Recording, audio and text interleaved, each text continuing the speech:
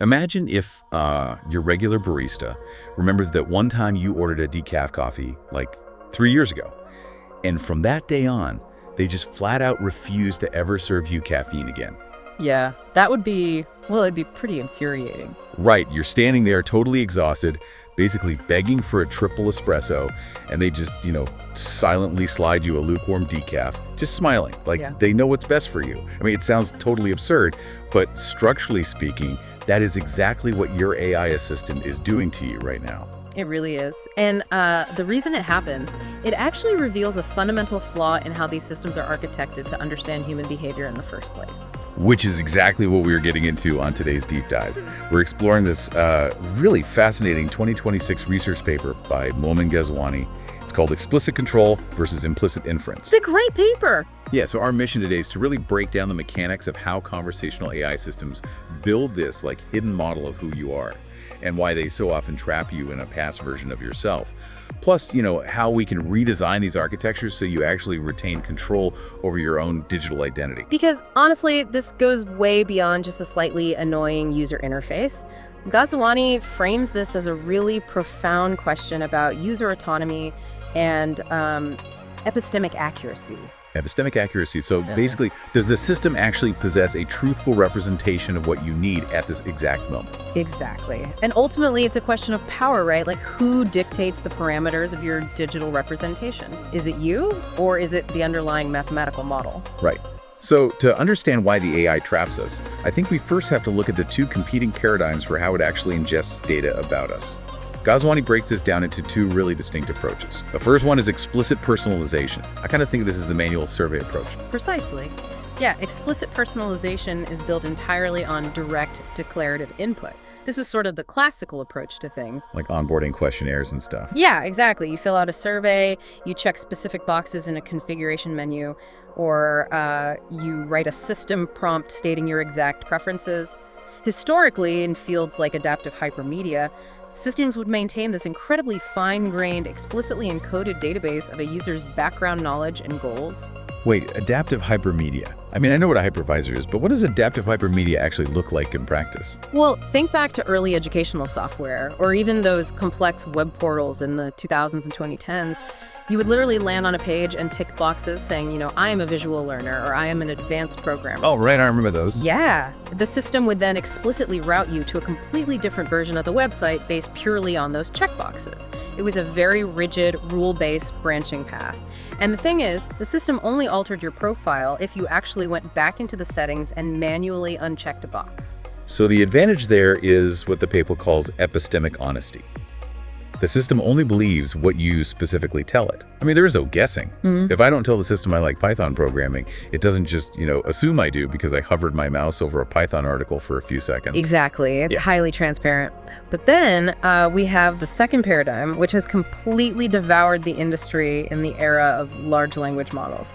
And that's implicit personalization, the silent observer. Okay, let's unpack this with the barista analogy. Yeah. Explicit is like handing the barista an index card with your exact coffee order every single morning.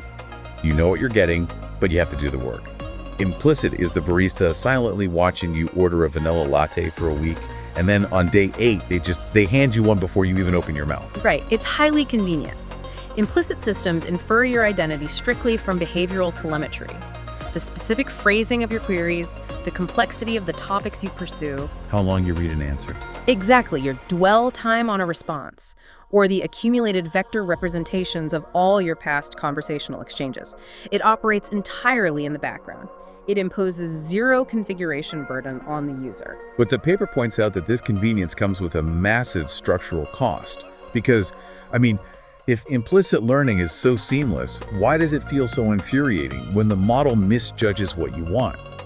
Ghazouani argues it's not just that the system makes an incorrect prediction in a vacuum, it's that the system fundamentally gets stuck.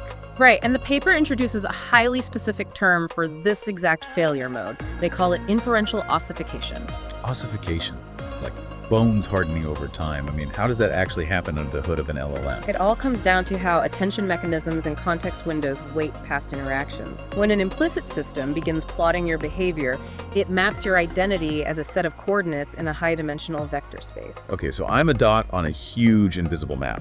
Exactly, and as your context window fills up with past conversations, the attention mechanism weights those historical tokens very heavily. So if you ask for, say, 5 casual, breezy summaries in a row, your user vector actually drifts into a casual cluster in the latent space. And then it just locks you in that cluster, like it refuses to let you leave. Pretty much. The system uses that historical cluster to predict your next need, so it serves you yet another casual summary. The math literally reinforces itself. It's kind of like driving a car where the steering wheel gets stiffer and harder to turn the longer you drive in a straight line. Wow. Which brings us to concept drift. I know in standard machine learning, concept drift is when the real-world environment changes, but the model's baseline doesn't update to reflect it. Yes, and current conversational models handle concept drift terribly, mostly because they weight long-term historical data way over short-term situational needs.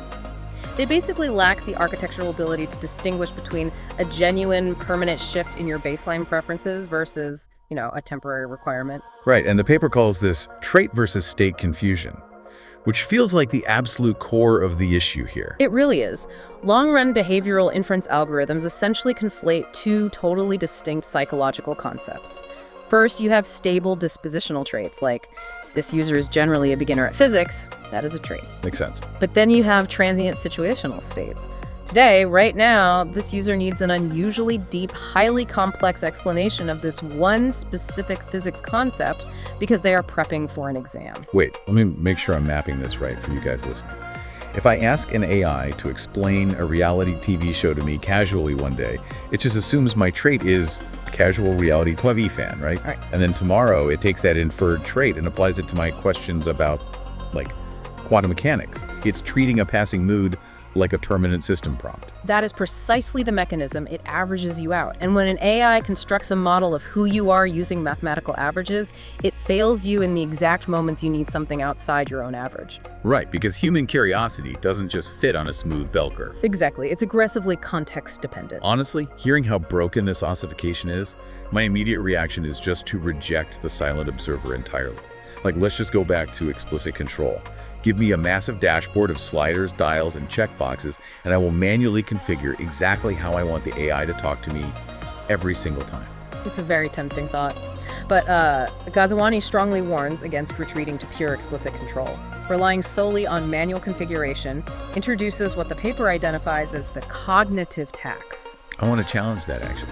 Cognitive tax. Isn't that just a polite term for laziness on our part? I mean, we manage complex privacy settings on our smartphones. We manage our retirement portfolios. If we want total control over our AI profiles, shouldn't we just take responsibility and do the work to configure them? Well, it's not really about laziness, though. It's about the sheer